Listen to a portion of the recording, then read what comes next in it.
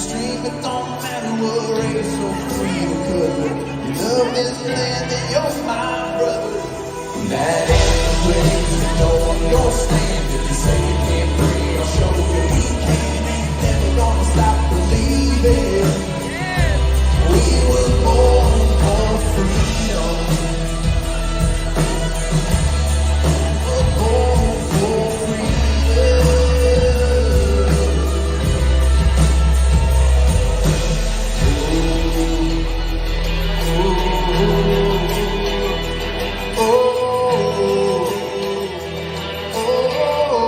We're born for freedom. Yes, we were. Yes, we were born for freedom. And the Empire knew that. And the Jedis, being as virtuous as they always thought they are, they tried to step on that. So, okay. I'm a droid tonight. I actually do have a Darth Vader swimsuit and I have a Darth Vader dress, very similar to this one. But my stuff is still in Oakland. I have clothes in 3 states. I have a box of shoes in Columbus, Ohio. I've got a storage unit full of clothes and books and furniture and artwork in Vegas that I still pay for. And I've got 3 suitcases full of clothes in Oakland. I need to get my shit together. Like, I know. Jules, happy to have you here. Thanks for being here and thanks for being a part of it. Jules is one of our TikTokers jumping over to YouTube. I appreciate it. So, why? First of all, may the 4th be with you. Happy Star Wars Day. I wanted to use this as an opportunity to revisit something that I had talked about 2 years ago. And I had only mentioned it very, very briefly in a video that I had done or an interview or a live stream. I can't remember what it was. But what I had talked about was that the Empire was the good guys. And for those of us who have transitioned in a real sense of the word, transitioned from Democrat to Republican, from liberal to conservative, what we realized, this goes for me, this goes for Axe Truth, this goes for a lot of people who used to be on that side. What we realized was that, let me make sure the audio is correct. I want to make sure you can hear me. Okay, it's up. What we realized was that we were playing for the wrong team. And the ones we thought were the good guys were really the bad guys. And the ones we thought were the bad guys were really the good guys. And I just wanted to kick this off by sharing a quote from Malcolm X that has been shared many, many times. I know that you've all heard it. If you're not careful, the newspapers will have you hating the people who are being oppressed and loving the people who are doing the oppressing. So for me,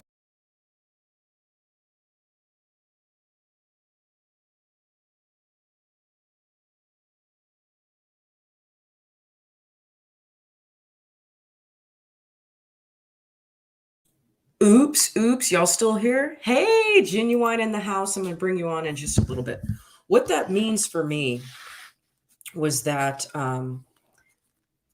I thought, it was the man, and it's just kind of the culture of California is you grow up with a very communist mindset, and the indoctrination starts from the time you were a little kid. Hey, regular, how are you? I love your profile picture, by the way. Beetlejuice. You think everything is the man. You think it's other people's. You think the reason your life is fucked up is always because of other people. So you gotta fight. You gotta fight the man. And I was, my dad's white, so I never really saw it as a racial issue. But I definitely got indoctrinated into that communist mindset. I used to watch Bob Avakian videos all the time. I I inadvertently went to a commie meeting. You know, I was all like, support. I lived not far from Crenshaw Boulevard, so I was all like supportive of the new Black Panther Party, and just all my teachers were commies, and it was just like I didn't know any better, you know. And the reason that quote means so much to me is because as much as we can fault the Republicans for basically being spineless pussies, we can pretty much say with confidence that any red state, any red city is not going to have the same problems as a Democratic state or a Democratic city. Having lived in LA, San Francisco, Oakland, Las Vegas, I see the problems. Even here in Austin, Texas, I see the problems. I see the problems that Democrats encourage because it's a racket. They're making money off the suffering of all people. Blacks, Muslims, immigrants, LGBT, homeless, drug addicts, they are making money off of everybody. And the utopian society, much like the Jedi's, the utopian, peaceful, equal society that they keep promising everyone is a fucking lie. And if you want peace and equality, if you want to be judged by the content of your character instead of the color of your skin, then you need to be a conservative. And that's how I came into it. So I talk a lot about that in the book that I'm writing called Ginny's Red Pills. I think that's going to be the name. Ginny's Red Pills. I'm Sandy, can you come to my YouTube channel? Viking, can you come to my YouTube channel, please? Okay, TikTok. Live streaming on TikTok, Twitter, Twitch, and YouTube. That's all of them. Okay. So, you know, having been on that side, we see the consistent destruction, the consistent sabotage that the Democrats are creating in society. And I can't say that the Democrats that I grew up with are as extreme as the Democrats that we see now. Clearly that they're not. But it was all a setup, and it's been a setup since the 80s, the 90s. And that's what my book is about, is kind of like chronologically going through my life from the time I was in 5th grade to all the way up till now, and seeing all of these patterns, seeing all of these psyops, and seeing all of this how would I say this the wool being pulled over everyone's eyes to believe that the Democrats are for the people. And the reason I wanted to use this analogy of Star Wars is because growing up, or even as an adult, you watch Star Wars movies and you think the Jedi are the good guys. And I have an amazing video that we're going to watch tonight. So we're going to do a little watch party. And it is very clearly explained in this video that the Jedi are not the good guys. And for a long time, I considered myself a gray Jedi, a dark Jedi, because, you know, I have that sense of humanity inside of me, but I also have that sense of knowing that the power structures to some degree need to be broken and they need to be rebuilt. But the problem with Democrats is that they don't have an answer for how to rebuild them. It's burn it down, defund the police, say their names. It's Satanism. And I have a video proving that the BLM movement, as well as the BLM organization, are a bunch of fucking Satanists. We can do another watch party. I'll get into that. I have the fucking receipts, right? I forgot my point, but the point is, I think this video really, really illustrates how deceived we have been into believing that the oppressed is the oppressor and the oppressor is the oppressed. And see, the truth is, we as law-abiding conservatives, as productive law-abiding citizens, we are the ones who are oppressed. We're being raped financially through taxation. We are having our rights and our free speech stripped from us. We are having our ability to protest safely in public being antagonized by organized groups such as Antifa and BLM. We are being targeted in the workplace. And I'm not even going to get into the whole COVID thing and how all of that plays into this. But anyway, so I wanted to go ahead and start watching the video. And I am going to I'm going to pause it here and there, and I am going to interject with some additional receipts from Mr. Manning Johnson, who I've talked about on my channel many times before. Irrefutable proof that the Democrats are commies. Irrefutable proof that the white guilt liberal is the biggest racist of them all. Irrefutable proof that Black and brown and Muslim and immigrant suffering and disenfranchisement is not only a lie, but it's a lie that's being used to divide our unity as Americans, and it has been set in place since the 1920s. So without further ado, and Genuine, you can come in and watch this with me and interject whenever you want. I'm going to go ahead and give everyone the link here. Anyone who wants to jump in, you are welcome to jump in. But let's at least watch, 5-10 minutes of this, and then we'll, if you want me to pause it and you want to say a comment, you are welcome to do so. Just like raise your hand, but otherwise, please leave your mics on mute when you come in. All right, let's go.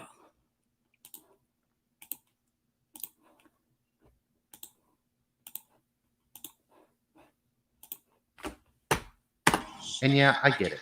They are films. They play to our emotions. Logic isn't exactly what they are all about. This is madness. But if you look at things with a little less emotion, Don't let your personal feelings get in the way. a little bit more logic, Come to your senses.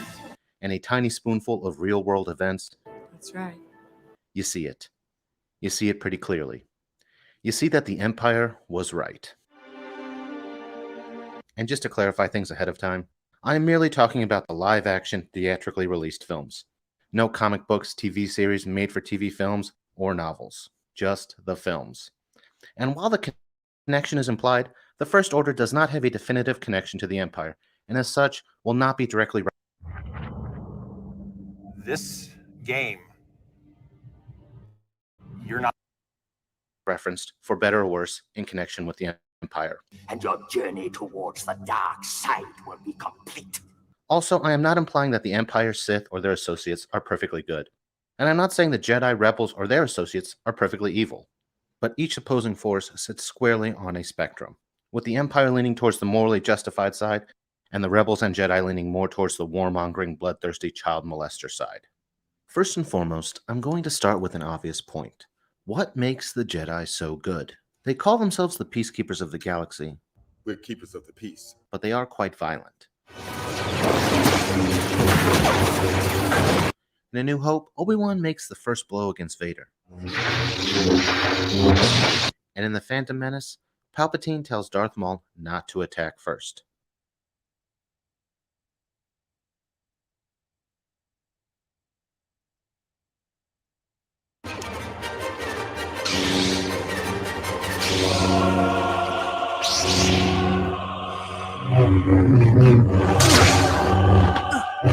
Just for the sake of comparison, Darth Maul even goes out of his way to avoid making contact during portions of this fight.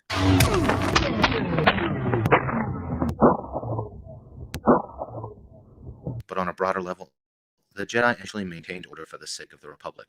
But the Republic is deeply flawed. The Republic is not what it once was.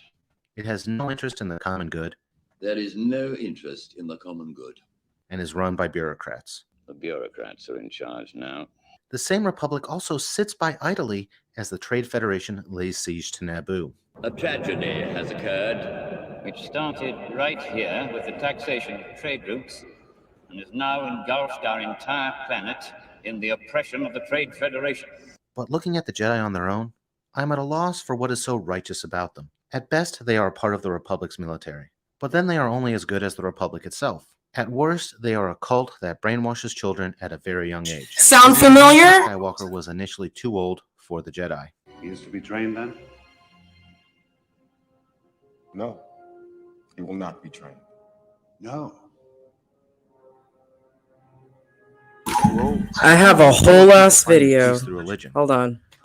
I have a whole ass video that I made 2 years ago specifically citing how BLM uses children in protests on the front lines, indoctrinates them from a young age to create a violent army that we now see today. Okay, that anger, wasn't it Time magazine or Newsweek magazine that had some little like illustration of some little black kid on the cover during 2020 with the fucking fist in the air and all that dumb shit? I'm pretty sure it was them. Okay, indoctrinating children is so similar to how that I don't know if I'm pronouncing this correctly, but the Hitler Youth, the Hitler Juden, I don't know if anyone speaks German. I don't, but My brother does. I don't. okay, I turned my mic on just because the thing wasn't on. So Hitler Jugend, and that was, I mean, the tactics are incredibly similar. But without further ado, let's listen to a few more minutes, and you guys can chime in. The Jedi do play it fast and loose with their timing. Look no further than Obi-Wan taking advantage of Luke wanting to know his father. What is it? Your father's lightsaber. This is the weapon of a Jedi Knight. And then catapulting off the untimely death of his aunt and uncle. This is quite the predatory situation to trick somebody into a religion. But it doesn't end there. Who says the Jedi are right? Pretty much only them. For over 1,000 generations, the Jedi Knights were the guardians of peace and justice in the Old Republic. And who says the Sith and Empire are evil? Pretty much just the Jedi and rebels. Destroy the Sith. We must. Send me to kill the Emperor. We are fed a narrative from only one side. Pure propaganda, to say the least. And on a side note, it is outrageous to justify the dark side as evil just because it is called the dark side. I see through the lies of the Jedi. I do not fear the dark side as you do. But I digress. When Luke and Obi-Wan come to the destroyed sandcrawler on Tatooine, Luke makes the astute observation that it was an attack by sand people. It looks like the sand people did this all right. Look, there's gaffy sticks, bantha tracks. It's just, I've never heard of them hitting anything this big before. Obi-Wan provides a valid counter-argument, even though in combat, formations can and do easily alter based on circumstance. But we are meant to think they did. These tracks are side by side. Sand people always ride single file to hide their numbers. But Obi-Wan makes a pretty baseless remark about how only stormtroopers can be so precise. And these last points, too accurate for sand people. Only Imperial stormtroopers are so precise. But there are a few problems with this argument. One, stormtroopers being precise does not mean others cannot be precise. Two, he makes a blanket statement that sand people cannot shoot precisely. Even though I know some pod racers that can disagree with that.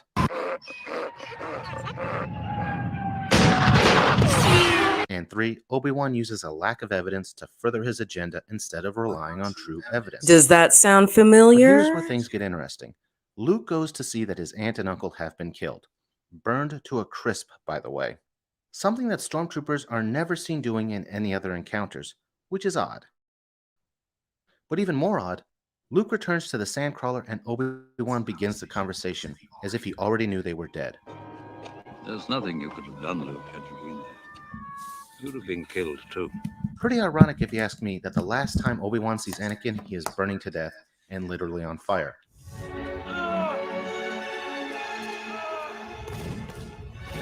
And Anakin's brother ends up burned to nothing but his bones. And Obi-Wan seems to be in close proximity for both events. You think? Of course I know him. He's me.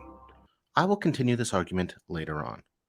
But now let's go to probably the most misconstrued aspect of the Empire. The Death Star.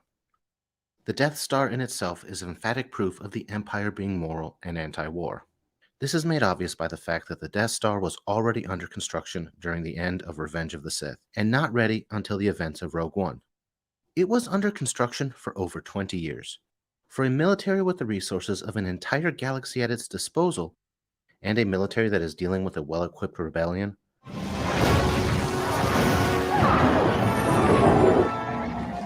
it should have been a top construction priority, unless violence was not the main objective of the Empire. Very interesting. Once again, the Separatists have been engaging in a civil war against the Empire for over 2 decades. No different than how the United States dealt with the Confederate Separatists during the American Civil War. The operative word is war. Unfortunate things happen in war. During the American Civil War, the Union General William Sherman destroyed the city of Atlanta, and his troops went on a 30-mile march to the Atlantic Ocean, destroying everything in their way. So while the amount of death and destruction is incalculable, it was an event that led to a morale boost for the Union, secured Lincoln's re-election, and was a turning point in the war that almost certainly secured victory for the Union. The same can be said about the destruction of Alderaan. It was cold, callous, and reprehensible. But like all wars, it was an event that showed the galaxy that the Empire was willing to go to great lengths for reunification.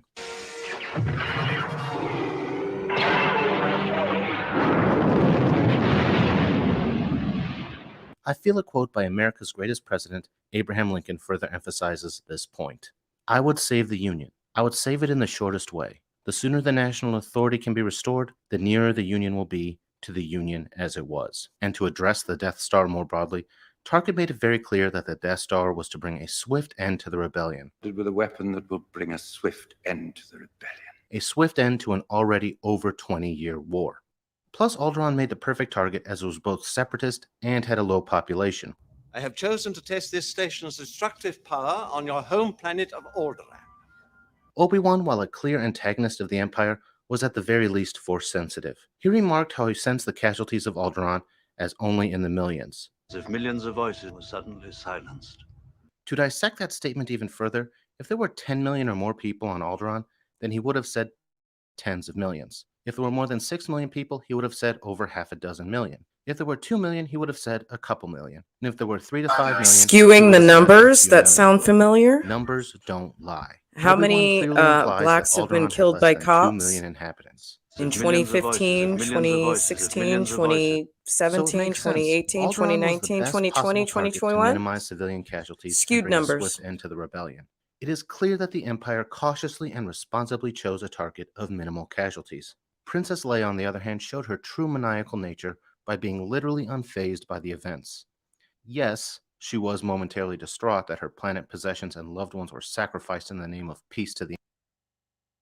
If you want to eat healthy and feel your best, you've got to try Kachava. Kachava is the Empire. No. But she never makes another mention or sign of sadness regarding the event. In fact, the only other time she brings up Alderaan is to chastise a rebel commander for... She's a Patty Hearst. You're safe. When we heard about Alderaan, we feared the worst. We have no time for SARS, Commander. While on the topic of Leia, what type of hero is she? Not any real hero in my book. Why are you still here? She is a legitimate fan of incest. Mm-hmm. And it isn't that she was naive about it, because she knew they were related all along. Somehow, I've always known. And on top of that, she lied about knowing her mother. She was very beautiful, kind, but sad. When we all know that is a lie. And in 5 freaking films, how does she use the Force? She uses it once, and it is to save herself.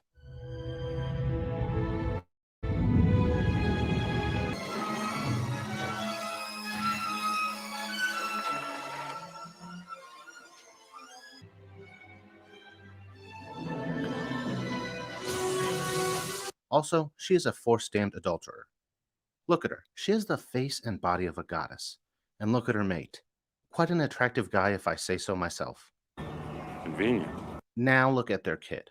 You know I can take whatever I want. You are not the father. Fisher was snorting coke off of Harrison Ford's lightsaber, if you get what I mean. But in the world of Star Wars, it looks like Princess Leia put something Scruffy-looking in her nerf herder. Now to shift gears a bit. As things go regarding the Empire, all logical evidence points to a loving and merciful government. Join the Empire. Explore new worlds. Learn valuable skills. Bring order and unity to the galaxy. For starters, look at how Vader dealt with Leia and the stolen Death Star plans.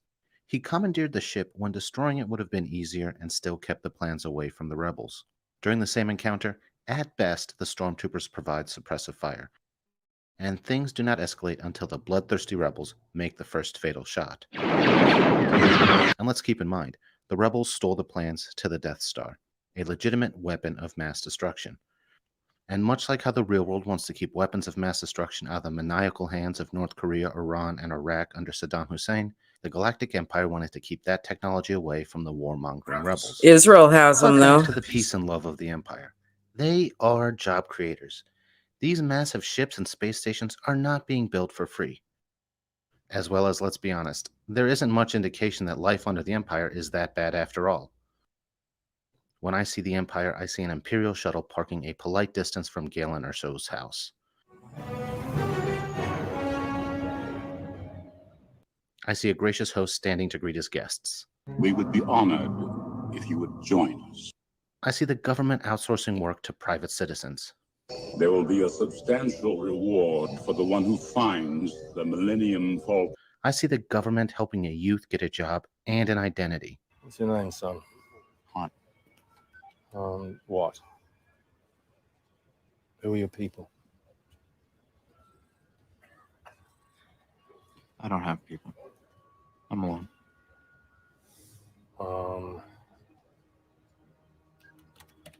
Solo. I see secular government crushing religious fanaticism. The holy city will be enough for today. Target Jeddah City. Prepare single reactor ignition.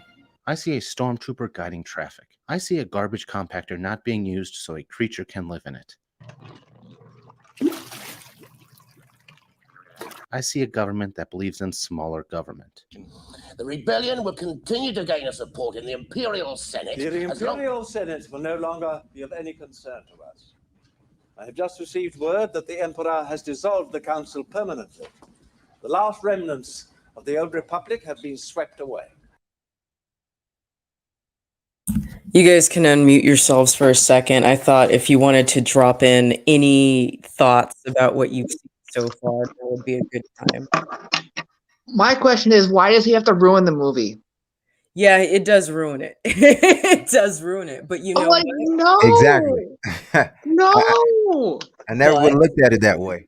But when we all took the red pill or took the series of red pills that we may have consumed, didn't that ruin our identity? Didn't that ruin our sense of right and wrong? Didn't it ruin our sense of morals? You know what I mean? Like, I know that's what the red pill did for me. It flipped everything that I was thinking on its head. And that's what this critique of the movies is doing. And I don't have a problem with it. I think it's good to look at it this way, because the problem is that we've got too many maybe not religious, but it's definitely a cult. And we see this now with the whole abortion thing. It is a fucking cult of people who think that they are right, but they don't see the bigger picture. They don't want to look at facts. They don't want to look at numbers. They don't want to look at tradition. They don't want to look at order. And they don't want to see society as something that needs rules and regulations in order to function cohesively. They just want to burn it all down. Just burn it to the ground. If they can, they are narcissistic, tantruming little children, and that's in a sense what the Jedi are. Okay, I definitely can see that. I definitely can see that. Yeah, me too. Yeah, I never would have looked at it this way, but I'm good. It's pretty cool that this guy's breaking it down this way as well. And Now here's the part though that bugs me the most. Go ahead. He basically just insinuated that Obi-Wan killed Luke's parent, aunt, uncle. That was just like, no. But he Don't was do that the to only me. one who was there. Yeah, but it's like, dude, don't do that. Don't do that. It's the red pill is hard to swallow. It is, and it's a lonely road too. It can be. I mean, it's just like if in 20 years or 30 years or 50 years, if the American public has to swallow the pill Yeah. that J6 was a setup and that the people who were causing most of the problems were undercover Antifa and feds, that's going to be a hard pill to swallow after a generation or two generations of being told the lie that it was Trumpers, who were causing all of the destruction, which they weren't. Yeah, they Yep, were peaceful. that we were the They were problem peaceful. when actually it wasn't true. That's not true. Exactly. They were there to exercise their right to go against what they thought took place November 20th. Exactly. That's what all that was about. And yes, it was documented, and there was warning that there were antagonists intermingled in to the crowd, and they were wearing certain they had on Trump apparel and all that stuff, and they had it like cocked a certain way, or they Oh, geez. signals. Sorry. So oh no, There's you're a okay. spider right there. You're okay. But yes, they were very much aware, but they let it happen anyway. Then they blamed all the ruckus on them, and no one talks about why no one really got convicted, because they were let in willfully by law enforcement. So you can't convict anyone if the police let them in and let them just they just escorted them in. We saw the video. Yeah, So you can't convict anyone, really, because the police let them in freely. So it was like it was the setup to Nobody wants to hear that though. Exactly. But our boys are in pretrial detention. One of my friends has been in detention for over a year now. Oh yeah. So it is political persecution, It but is. they don't have a leg to stand on. And so Yeah. they just keep delaying the trials. Right. Personally, I think part of it is because they weren't able to get Trump in trouble with it. They're like, well, like they're taking it out on the people that were arrested. They're taking it out on them. Yeah. Oh, yeah. You guys were going against our so-called New World Order, a Great Reset, and we're going to make you pay. Without a doubt. Without what I'm saying? You anti whatever. No one. Yeah, it's like, how dare you bring your problem straight to our door when we're the problem? How dare you? Yeah, how dare you? Yeah, shut up and get in line. Exactly. Exactly. Go ahead. Go ahead. Well, No, I was going to say that you hear, the number 46 talking about, you better do what I say. We're getting tired of you guys. Take what we said to take. And it's like, who are you talking to? You're talking to grown people, hardworking citizens that don't. I know I didn't vote for you, because I already knew what you were about. You know what I'm saying? And now it's coming out, and the people that were actually co-signing him, I'm like, so what do you guys have to say now? You're quiet. You're quiet. This is what we were warning you against. But it's it's like it's too late, and we got to suffer because of you guys' bad decision and a little bit of skullduggery and chicanery. Right, because you all had to listen to the whole narrative of Trump orange man, face racist. Exactly. And it was all BS. It's all BS. I'm like, man, and then you have Maxine Waters saying to the black men, you better do you better vote for it. And it's like, who are you talking to? Right. We understand what's going on. We want the best for our people, our children. We need order. We need things to be conservative. Look, it's okay to be a little liberal at times, but not too radical with it, But in order for societies to succeed, you need rules and regulations and boundaries. Boundaries, exactly. And Trump was anti-abortion. He defunded them, So no one talks about that. It's like we have to really, really sit down and understand that we are headed towards a dangerous. We're headed down a dangerous path right now. And what we saw November 20th, who's to say it didn't happen under Barack Obama? Who's to say it didn't happen before? So when that fake news was going, that was real stuff. Go ahead, Jules. Oh no, you're good. No, I was actually just gonna say, freaking, I think it's funny that freaking they talk about how America is so racist, but Yeah, yet we had a black president for 8 years. sure. How Yeah, are we that racist? exactly. If we're gonna go by your logic, he was not a legitimate president. It was rigged. If that's the case, If that's if the we case, want to go by their logic, yeah, exactly. If America's so bad, why don't you backstroke your ass across the pond over to Africa and see how they live? When their power doesn't stay on 24/7, they're not technologically advanced to the level we are. They're trying to get over here and partake in freedom and liberty or whatever you want to call exactly. it. If it was that And they bad, do very, why are and they coming over they here do illegally? They You do, know, and by the way, Africans do very well when they're here because Exactly. they are still family oriented and they become Culture. doctors and engineers and Exactly. project managers Managers. and Exactly. software designers. Exact chemists, doctors, and they have a culture until Yeah. they take the left pill and just get all super ultra liberal and it's over. But for the most part, they have a culture and they stick together because I'm around Nigerians, Liberians. I'm around I'm them. I around a live lot of in my Nigerians too. neighborhood. They have a culture. So, I mean, right now, it was a big win for certain states as far as getting the Roe v. Wade thing overturned. To whatever state we want to talk about. But for the most part, to see people behave the way that they're behaving, it's like you're literally, taking you're taking innocent life. That's what you're doing, and you want to continue the process. How many kids have been snuffed out of here? Unfortunately, too millions, many. over 50 million since I believe since like 19. I want to say like 1980, 50 million or so, give or take a few million. But it's really sad. I understand certain things happen to where Right. something crazy happen. I get that, but if you're out there doing things, that kind of activity is grown folk business. Okay, kids come out of that. Kids are serious business. So if you're not ready for that type of responsibility, don't engage in adult activity. It's as simple as Right. that. I hate to be as an older man, I can look back and say, yeah, I dodged a lot of bullets, but it's serious business when kids come into the picture. Yeah. I mean, freaking, I was talking about on a live on TikTok yesterday. I'm like, freaking, if you want to be a hoe, that's your business. Yeah, be a 304. That's Just be a be the best protected hoe. one.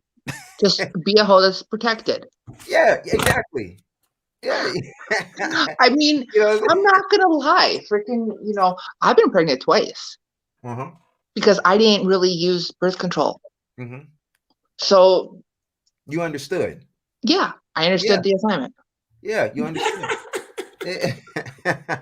Yeah, I was pulling down britches, and kids come. Well, a kid came, and it's like he's here. He wasn't planned, but he's here. He's mine. He's gonna push on my lineage. So it's best that I am a force in his life, and that I hover around him to show that he has a father that loves him. Because I didn't really have that growing up. Like my dad, you know what I'm saying? But I want to make sure that I'm breaking those curses, those generational curses.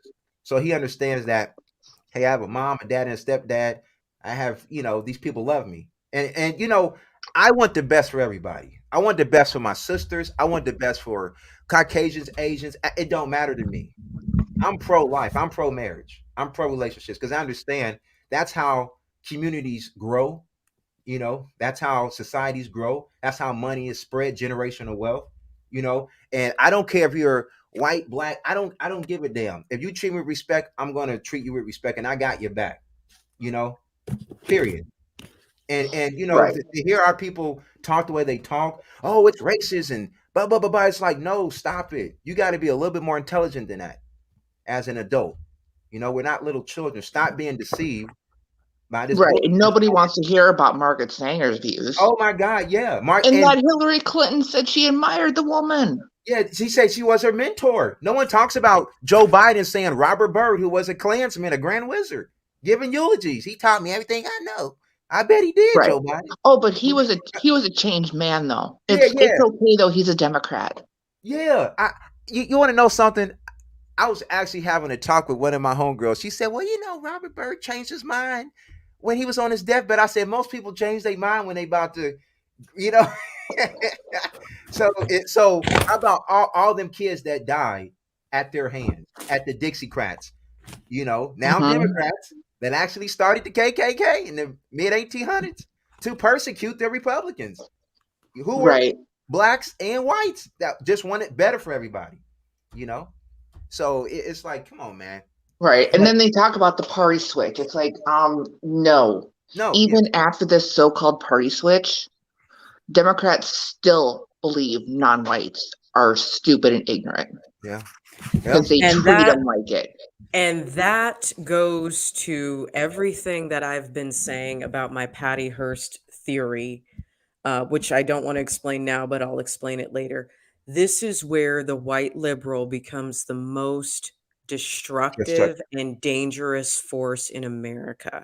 Okay. And because they buy into, listen, the white liberal is growing up listening to gangster rap. So what they're believing is this narrative that all people of color are oppressed, and all they do, they don't want to research the numbers. They don't want to see how many blacks have actually been killed by cops. They just want to see, you know, the 2, 3, 4, 5, 10, 15 that have been killed by cops per they want to year. know about it. They just don't want to talk about how they're about freaking street crime. It's a superiority. It's you know what? It's this duality here. It's the whole thing, the whole idea of the white ally is a superiority complex. They want to be down. They want to be allies. They want to be involved. They want to appease themselves and appease their own feelings with using other people's causes to do something to relieve their angst. I've talked about this on my channel for 2 years. And to feel relevant. Angst. Yeah. They have angst. The hippie movement. I was trying to find this quote in The Art of War to talk about the Confucians, which were essentially the hippies of the 5th century in China. And these were people who were so spiritual and so evolved and so educated, and they believed in that whole like one love, we're all one, open Globalism. borders. Yeah. Like California in the 60s. Yeah, they were the Confucians of the 500s were the Berkeley hippies of the 60s and 70s. Before we go on, I just wanted to read one more thing, and we'll watch a little bit more of the video because it gets even fucking deeper. And by the way, it was fucking hilarious when he called Princess Leia a slut because that baby don't look like Han Solo. Yeah, open mouth kissing her so-called brother. I mean, come on. She a 304, like you said. Okay, so real quick. This is from chapter 6, or let me see. No, this is from chapter 7 of Color, Communism, and Common Sense, which Genuine, I know that you've read. So I told you I'd bring you in. This is creating hate.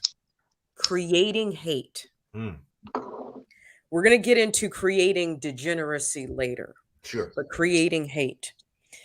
Moscow's Negro tools in the incitement of racial warfare place all the ills of the Negro on the door of the white leaders of America. Capitalism and imperialism are made symbols of the oppressive white rule in keeping with instructions from the Kremlin. To one familiar with red trickery, which is what this fucking is, red trickery, it is obvious that placing the blame for all the Negroes' ills at the door of the white leaders in America is to remove all responsibility from the Negro.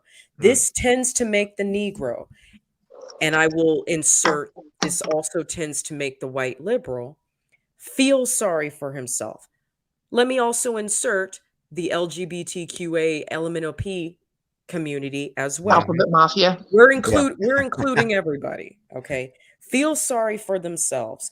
blame others for their failures, ignore the countless opportunities around them, jealous of the progress of other racial and national groups, i.e., the Asians, expect the white man to do everything for them, look for easy and quick solutions as a substitute for the harsh realities of competitive struggle to get ahead. You see, if BLM would take their money and take their resources and use it to create college funds and entrepreneurial training, things that could actually make people get ahead, financial management training, Yeah. maybe this thing can be turned around in 1 or 2 generations. But of course, no, they want to buy themselves houses and continue to In spend predominantly money on, white neighborhoods too.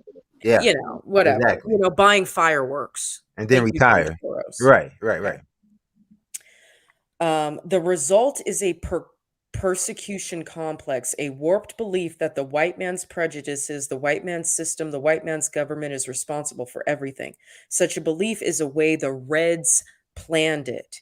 For the next logical step is hate that can be used by the Reds to accomplish their ends. And that is exactly what BLM has done. That is what Antifa has done. And that is what the Jedi have done as well. See, the Jedi, much like the hippies of the 60s, they like to pretend that they're about peace and love.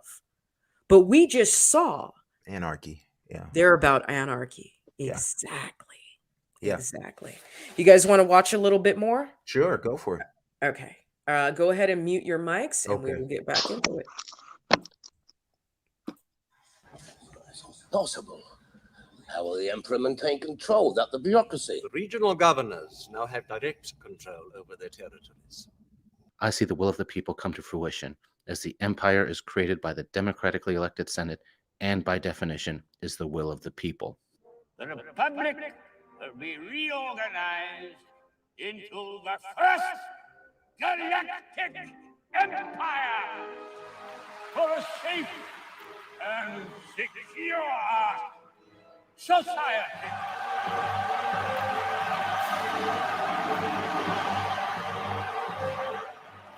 But let's move on. The peace-loving and virtuous nature of the empire can best be seen by looking at how vile and corrupt the rebel alliance is. There will be no extraction. You find him, you kill him. This is the part where you probably are saying, being a rebel isn't bad. America exists because of a rebellion. I say we fight. Yeah, great point. America is the result of a rebellion. Rebellions are built on hope. Then again, the Nazis started as a rebellion, Rebellions are built on hope. as did the Confederacy. Rebellions are built on hope. Lenin's communist rise to power in Russia was also a rebellion. Rebellions are built on hope. So was Mao Zedong's communist revolution. Rebellions are built on hope. Rebellion does not always equal good. Your fleet are rebel scum and war criminals. But to clear the air about the American rebellion against Britain, it was the American colonists fighting for their own independence from Britain. As history clearly shows, the British Empire survived the war, and there was still a functioning English government in Canada, Australia, India, and Britain itself. The warmongering rebel alliance wants to destroy the empire, The time to fight is now. destroying the government of the entire galaxy, Send me to kill the Emperor. and essentially creating a system of chaos. Burn it without down. the slightest agenda on how to fill the massive power vacuum. Oh dear. But let's look at the different ships of the rebels and the empire, and you will clearly see which one wants war. There are the Imperial ships. They are clearly not made for war. The TIE fighter has no shields, no side or rear visibility, only has forward-facing guns, it is easily destroyed, it has no faster-than-light travel, No, it's a short-range fighter. no droid integration, and no form of bombs or torpedoes. This ship is clearly meant to be used only as a last resort. I know these guys. I used to be one of them. There's no way they're going to waste a TIE fighter chasing down a little rinky-dink freighter. The Empire also has a TIE interceptor. It is in the name. The sole purpose is to intercept. Then there is the Rebellion's X-Wing. Talk about a ship made for war. It has shields, droid-assisted flight, faster-than-light travel, 4, yep, I said it, 4 gun turrets, plus the capacity to fire torpedoes. And then there are the respective big ships. The Rebels have Mon Calamari cruisers, and the Empire has Star Destroyers. The Empire gave Star Destroyers a scary name for the sake of stopping conflicts before they even start. Seriously ask yourself, what name is more likely to scare you, as in give you a reason not to fight? A Star Destroyer or a Mon Calamari cruiser? I don't know about you, but if I was told I would fight a Star Destroyer, I would think twice. A wimpy name like a Mon Calamari cruiser is essentially begging for me to fight it, and that is what the hate-filled rebels want. More violence. Now, I do have to concede slightly to the rebels. They have medical frigates to take care of the wounded, and the Empire does not. However, the peace-loving Empire doesn't need such ships since they do not rely on violence to get their way. The violent rebels who crave death and destruction would need a way to serve their wounded. But on a broader level, we can see how the filmmakers subtly told us who was good and evil. The Empire shoots green lasers, which mean go in peace. Prepare for jump to hyperspace.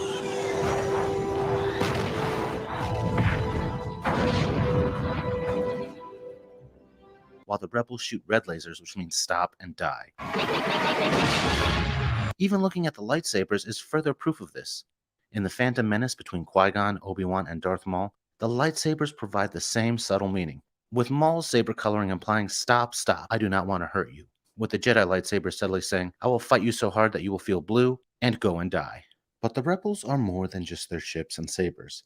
A key part of the rebellion is the Millennium Falcon and its two pilots, Han Solo and Lando Calrissian. Captain Lando Calrissian. Han Solo. Han Solo attacked Vader during the attack on the first Death Star, which allowed Luke Skywalker to destroy the Death Star. What? Yahoo! Look out!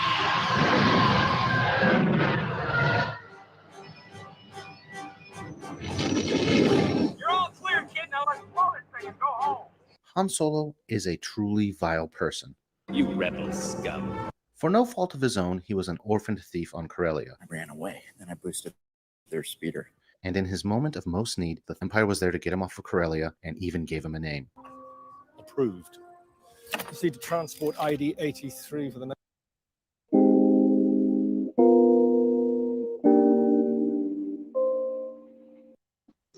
Naval Academy at Kurita. Good luck, Han Solo. We'll have you flying in no time. But he unrighteously deserted his post. You're not Imperial Army. You're thieves here to steal equipment. I'm going to fast forward this. They're talking about military strategy. I want to talk about Palpatine for a second. They communicate with moans and grunts, no different than the ones that your mom... Chancellor, I'm surprised, to be sure, but a welcome one. But when he became Chancellor, he sought to take away power from the bureaucrats that were ruling. This is where it gets A good. stronger Supreme Chancellor, one who could control the bureaucrats. He intended to put an end to corruption. I promise to put an end to corruption. Sound Also, familiar? Let us not forget, Palpatine wanted to keep the Republic united. In order to ensure Make the America security great. and Not make continuing conservatives stability great, not make Republicans of the great, make Republic America will great. be reorganized. And whether or not Palpatine wanted supreme authority, it was the Senate that granted it, and as such, he became the democratically elected leader of the Republic. Misa propose that the Senate give immediately emergency powers to the Supreme Chancellor.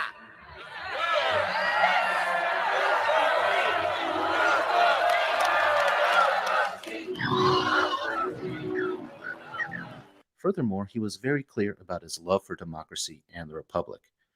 I love democracy. Sound familiar? I love the Republic. Sound familiar? As well as he would relinquish control after the Separatists stopped. The power you give me, I will lay down when this crisis has abated. It is ironic that the Separatists had the goal of removing Palpatine from power, but it was their very violence that kept him in power. It was the hyper-violent Jedi that escalated things. To them, the death of General Grievous was enough for Palpatine to relinquish power. If he does not give up his emergency powers after the destruction of Grievous, then he should be removed from office. But that was far from the Separatists being stopped. Which brings us back to the Jedi. The Jedi clearly do not want peace. Antifa. Once more, the Sith will rule the galaxy.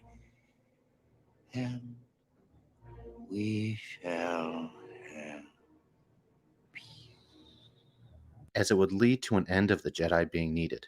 For over 1,000 generations, the Jedi Knights were the guardians of peace and justice. Remember, it was Mace Windu, a Jedi, as well as other Jedis that wanted to execute Palpatine without trial or conviction. He has control of the Senate and the courts. He's too dangerous. Kathy Gifford. Literally going against the rule of law. It's treason, then. But the Jedi are more than warmongers. They are irresponsibly illogical. Look at Luke Skywalker. In A New Hope and The Empire Strikes Back, he is seen having training that does not even last for a week. And he is made well aware that he is not finished training. Luke, you must complete the training. But when he returns for training in Return of the Jedi, now I get how they got that name. But I need your help. I've come back to complete the training. He is supposedly fully trained. No more training do you require. To me, that is a major logical fallacy. But you do not need a PhD in Star Wars to know that Luke becomes a very dangerous person with such little training. The Jedi did this on purpose. They instilled these violent and aggressive traits into young children, which unfortunately led to their unnecessary slaughter by Anakin Skywalker. Had the Jedi been responsible and reasonable in their training, all of those younglings would have been spared. Look at this youngling. He is violent and practically unstoppable because of his training. His training, by the way, that is reminiscent of none other than the Hitler Youth. But the Jedi What did and their I corruption say? go beyond that. They bastardized the Force. They only study half of it, while the Sith study all of it. If one is to understand the great mystery, one must study all its aspects, not just the dogmatic, narrow view of the Jedi. The Jedi forbid attachment and love. Attachment is forbidden. Possession is forbidden. Which is not exactly a time-tested system. There is a particular religion in the real world that also forbids its leaders from love and attachment. The Catholics. On paper, it sounds good, but thousands of children with bruised buttholes say otherwise. However, the Sith are different. They allow love. They allow passion. The Sith rely on their passion for their strength. They even bring the dead back to life. He could even keep the ones he cared about from dying. They believe in teamwork and work in pairs. Always true there are. No more, no less. I wanted to pause it real quick to talk about how when the pendulum swings too far the other way, it's almost as if the LGBT agenda doesn't believe in love either. Because for most of the gay conservatives that I know, like, they're in long-term relationships. They're not trying to push the whole 1980s everybody fuck everybody agenda on everyone. They're certainly not trying to push this trans sexuality on everyone. And if you think about it, now I'm just going out on a limb here. If you think about it, what the left is creating, what the radical left is creating, is a loveless hypersexuality. So they're not encouraging abstinence like the Jedi are or like the Catholic Church is, but what they're trying to do is make the pendulum swing the other way and encourage loveless, frivolous, irresponsible sexuality, hypersexuality. Yeah, sexual fluidity. Yeah. Sexual fluidity, not just, I mean, in the Tinder culture, in the hookup culture, Yeah. in the let's not even be boyfriend and girlfriend, but I'll just meet you for 1 hour and just invite you over to my place. Fuck you. Like, Booty hookup calls. culture. Yeah. Yeah, You know yeah, what I mean? yeah. Like, that's what they're doing. So in a weird way, the left is doing exactly the same thing. They want everyone to be so emotionally wrecked Yeah. that they're not capable of love. They're not capable of serious relationships. They're not capable of monogamy. And Which I is think just as dangerous Very as dangerous. being toxically abstinent. Yeah, exactly. And it's kind of like not to really go there, but it's kind of like the whole thing with our sisters when it comes to like independence, you know. But then you went out there and conquered the universities, but now you want a man, you know. And it's like, okay, there's a certain level to this, you know, where you properly nurture, that you have the right teaching growing up, just like men have to go through that as well, you know, so we can be great husbands and fathers and all that kind of stuff. But it's like, well, no, my quality comes from my academia success or my paycheck. And it's like, well, no, what about the internal aspects? You know, I'm looking for nurturing, kindness, love, caring. You know what I'm saying? And it's like, no, we ain't focused on that. We want to talk about this. you're my partner, you know. Right. It's like But they want to talk like, oh, how much money you make, you know, yeah, how are yeah, you going to take care of me, kind of thing. But I'm an independent woman, though. yeah. Partner. But when it's danger, oh, we ain't partners. Go out there and rise up and slay the dragon. But I thought we was partners. You get out here and throw up your fisticuffs too. You know what I'm saying? So it's like, come on, man. It's like people pick stuff when it suits them. It's like oscillating in between egos, to benefit. But then when you don't benefit, you want to go back and do this and do that and throw rocks across the fence. So it's like, come on, but you know, at the end of the day, there's going to be a pushback. And I think we're seeing it now, and hopefully it increases. You know what I'm saying?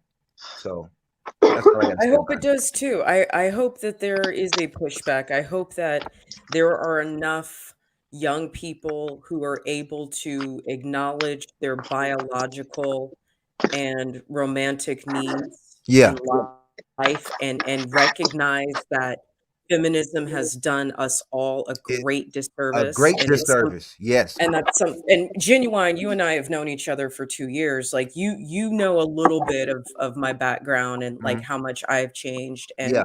and it I'm getting it late, but I'm getting it. And But you're getting it. Exactly. Better late than never. If Yeah. there's anything I can do to try to encourage young people, it's like there's a biological hierarchy for a reason. Yeah. Women are wired a certain way, men are wired a certain way. And I've said it many times. I don't believe that men are smarter than women, but I do believe that I would rather have a warrior in a garden than to have two gardeners in a war. Okay. And that's what's happening with Right. the effeminization of men and the emasculation of men. So And yes, it's like we're all going to lose. The men are going to lose, the the women are going women to are lose, definitely and going the to lose. children are going to Children going to lose. lose. And you're seeing the interjection of these homo sapio interactions in these movies. There was a scene in Snowfall or Fall Snow, of just perversion. And it's like, what? This was not even needed in these movies. We're seeing Young Justice, season 4, episodes 14 to 20 or 19.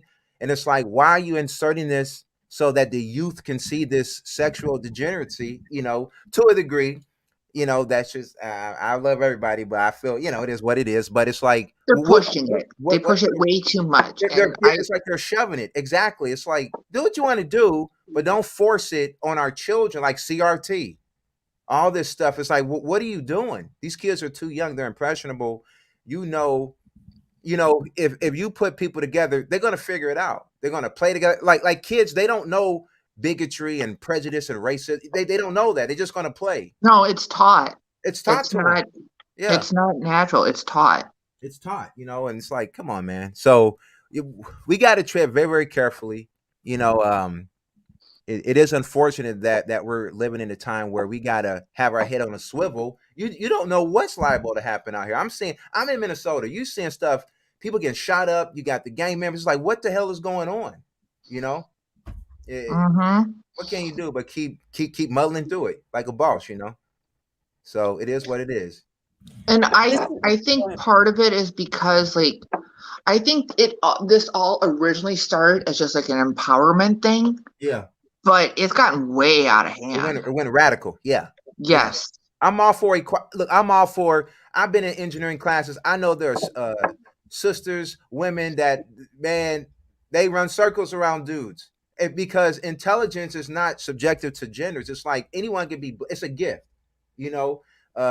Some people are star children. You have women that are hyper intelligent. You have men that are intelligent. If you excel, it is what it is. You know what I mean? And I believe in fair play, fair pay, promote her. You know what I'm saying? If we doing the same job, pay her the same as me. What the hell? You know what I'm saying? So, right now it's just, to me, the stuff that I'm seeing now, it's like it's moved away from equality and it's more about advantages. Right. More about advantage. Oh, well, you know what? You shouldn't have been pulling down young man britches in your junior high class. Go to jail. Well, prison's going to be rough on her. She's a woman. But she wasn't thinking about, but let that be a dude. He getting launched off to Pluto somewhere. So It's like, come on, man. Oh, slap her on the wrist. It's like, be fair across the board. This is equality. This is what people Right. wanted. You mess up, you got to Oh, accept. now it's not equality; it's inclusivity. Yeah, exactly. Exactly. Well said. So same crime, give them both the same time, or whatever the case may be. So it's a mess right now. You want to know another thing? It's almost as like it's lies upon lies upon lies upon lies, and we can't figure out what's going on because we're too busy shifting through all these lies. Propaganda, social reform. So it's like it's information overload, literally. Right. And so you're like, damn, what do you do? Right. I And I'm feel like I'm either a second or third generation feminist, but I'm not feminist enough to vote with my vagina. I'm sorry. I'm not going to. right. That somebody asked me like, "Well, you're a female. Why didn't you vote for Hillary?" I said, Oh my "Because I'm goodness. not going to vote with my vagina. I'm going to vote with this thinking item." Yeah, man. I mean, Like I only save thinking with my vagina in the bedroom. Yeah, man, I'm telling you, like the stuff I've heard on dates and just casual comings and goings with women. It's like, oh my God, this is. I mean, there are some good ones out there. They're just like there are good men, there are bad men. It's not just one gender is bad. No, we have bad amongst the genders, but it's like every man, every woman for themselves. If you want something good, you got to go work for it. You got to go get it. You can't blame black people. You can't blame the white man. When I was in corporate America, yes, there's a ceiling. Yes, I experienced prejudice, bigotry. I saw it. I looked in the face of old white men that were like, we blame you. Even though you wasn't there, you getting the blame and shut up and take it. There was a right. ceiling. And that's how they are now. And it's like, no. That is not how it works. Yeah, so you leave and you built your own path. And that's what I did. So, it don't matter what race you are, what gender you are, you can be a boss. You just got to go out there and work hard. It's not easy.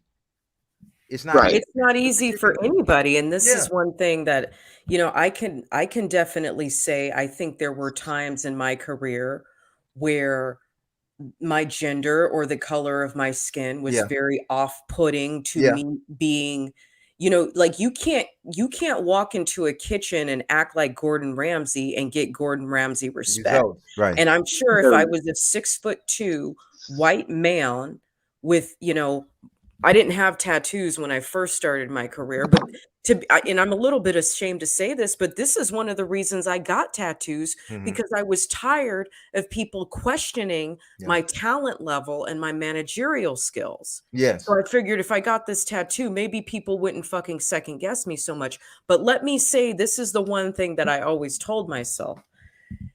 For the majority of my career, I got to boss white boys and Mexican men around. Okay. Not very many people get that opportunity. Now, did I get fired for it in San Francisco? Many times, but that's because the true nature, and most of these were white liberals, the true nature of the white liberal is on the outside, they want to act like allies and they're all about equality and giving people chances. But on the inside, they're secretly threatened by you because they fucking hate you because the truth is they're racist. If I had worked for conservative bosses, I probably never would have gotten fired because they would have held me in employment because I was so good at what I did. Yeah. And I always have to remind myself, yes, I've been fired many times, but so have white boys. And so have white women, and so have Mexicans, and so have Mexican women. So it was never totally about the color of my skin. A lot of it had to do with just the culture of the industry being so competitive and so ego oriented, so ego driven that anybody who makes them look bad, anybody who makes their boss look bad, is going to get fired. Yeah, it doesn't matter what. They're gonna make you want to quit. It's gonna be They're either gonna put one. you on a PIP, a performance improvement plan. Because now you can sue your employer. They got to give you a chance to improve. And it's up to them to say that you did come up to standard. I went through all that, even though I was an expert in what I did. It's just that, you know, people just got it out for you, and they wanna engage in nepotism, or they want to just bring in the golden boy. He can do no wrong, you know, because we're retiring. You know, the old guard, we need a new guard, and we choose him. And shh, don't tell them you got raises, but I'm training them. No raise for me, not even a penny. You know, so it's like this stuff exists, but you can't let that be an excuse for why cannot you let it. can't succeed in life.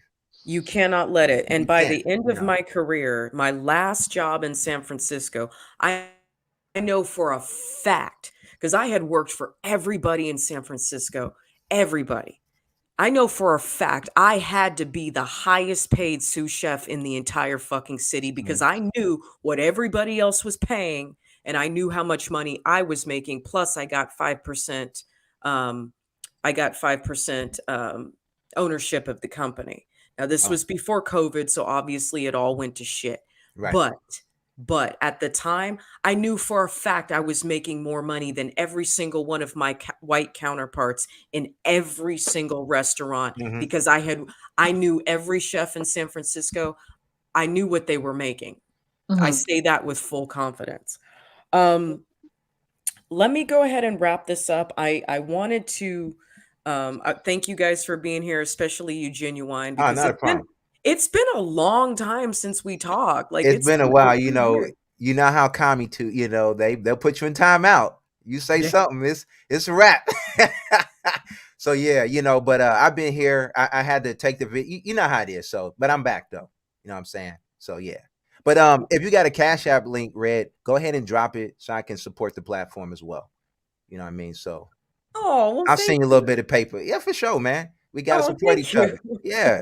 You know what I mean? So if you have one or PayPal. I do have a Yeah. Cash App, and I don't usually use it. I try not to accept money from people because it's Oh. just a personal matter of pride. But Okay. from you, I would be honored. Yeah, not a because you're problem. my friend. Yeah, we got to support each other. You know what I'm saying? So it is what it is. So for sure. Let me close it up by just wrapping it all up with chapter 3, a portion of chapter 3 from Color Communism and Common Sense by Manning Johnson. The red plot to use Negroes. And this is what I'm going to do. We're going to add the red plot to use LGBT, the red plot to use immigrants, and the red plot to use Muslims, the red plot to use anyone who's insecure about their life. Okay. Non-cis white males. Non-cis white males. Non-cis. Exactly. That's pretty much what you just did. Yes. Pretty much what you just named off. Stirring up race and class, and I will add sexuality to it, conflict is the basis of all discussion of the Communist Party's work in the South. The evil genius Stalin and the other megalomaniacal leaders in Moscow ordered the use of all racial, economic, and social differences, no matter how small or insignificant, to start local fires of discontent, conflict, and revolt. Black rebellion was what Moscow wanted. A communist is not a sentimentalist. He does not grieve over the loss of life in advancement of communism, which is why I truly believe, and I'm going to do another story about this. I truly believe that the white liberal gets an erection from Black Death. Like they get turned on by it. There's no other way to explain it.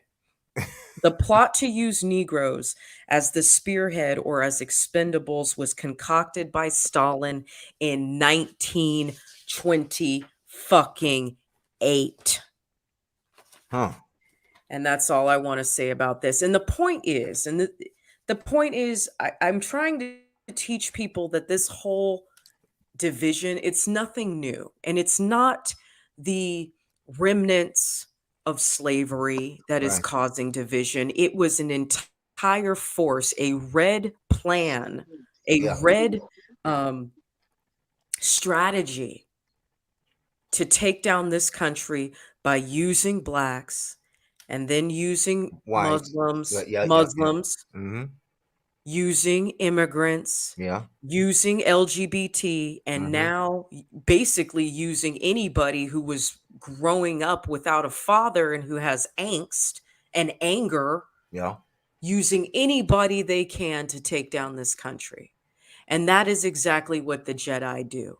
It's not a coincidence that in the video they talked about um, Luke Skywalker being an orphan and then having his family killed. The Jedi manipulated his angst Yeah. to turn him into an expendable warrior. Yes. And that is exactly what the white liberal is. Manchurian candidate. Yeah. There you go. Yep. Quick side note, though. Yeah. Personally, I think if Mark Hamill saw this, he'd have kittens. I should send it to him. Seriously. Hold on, let me retweet it to him on Twitter, and maybe he'll watch it. That'd be funny. You gotta let me know. Like I'm barely ever on Twitter, barely.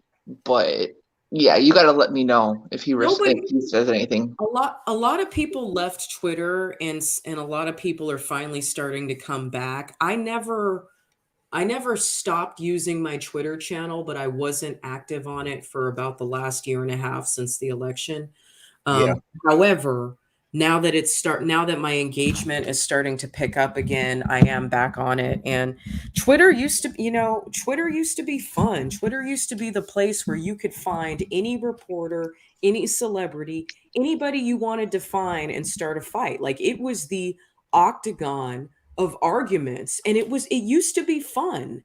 And then, after the election, it stopped being fun. But we'll see how Elon Hyper censorship. Yeah.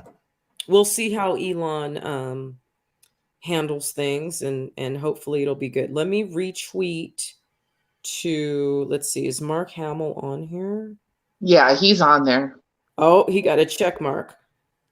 I'm gonna say, please. He's hardcore liberal. That's why I said it's like, dude, freaking, if he saw this video, he would lose his shit. You know who else is hardcore BLM is and I used to love this guy, is Samuel L. Jackson. Sammy J, man. Yeah, I know. Like, I can't watch I mean, certain movies anymore.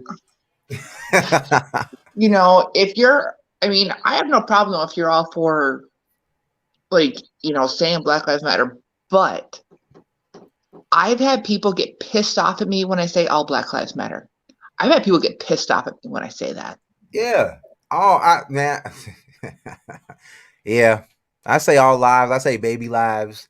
Everybody matter. You know what I'm saying? So it is what it is. It's not just excluding black. And it's like,